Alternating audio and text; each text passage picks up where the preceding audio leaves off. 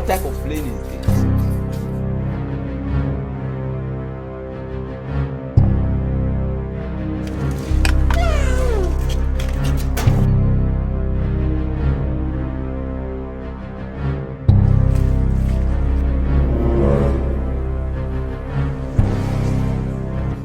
But wait oh, no be this Ekuke wey dey sleep from morning till night na dey give all this baby chicken.